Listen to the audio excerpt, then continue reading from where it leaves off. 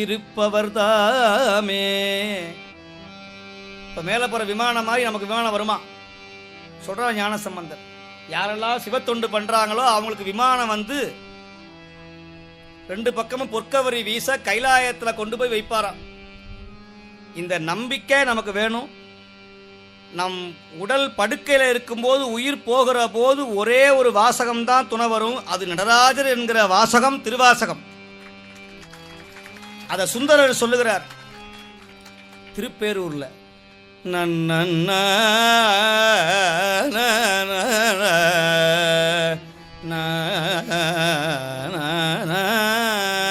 மடித்தாடும் மடிமைக்க நன்றியே மனனே நீ வாழும் நாளும் தடுத்தாட்டி தருமனார் தமர் செக்கிலிடும் போது தடுத்தாட்கொள்வார்.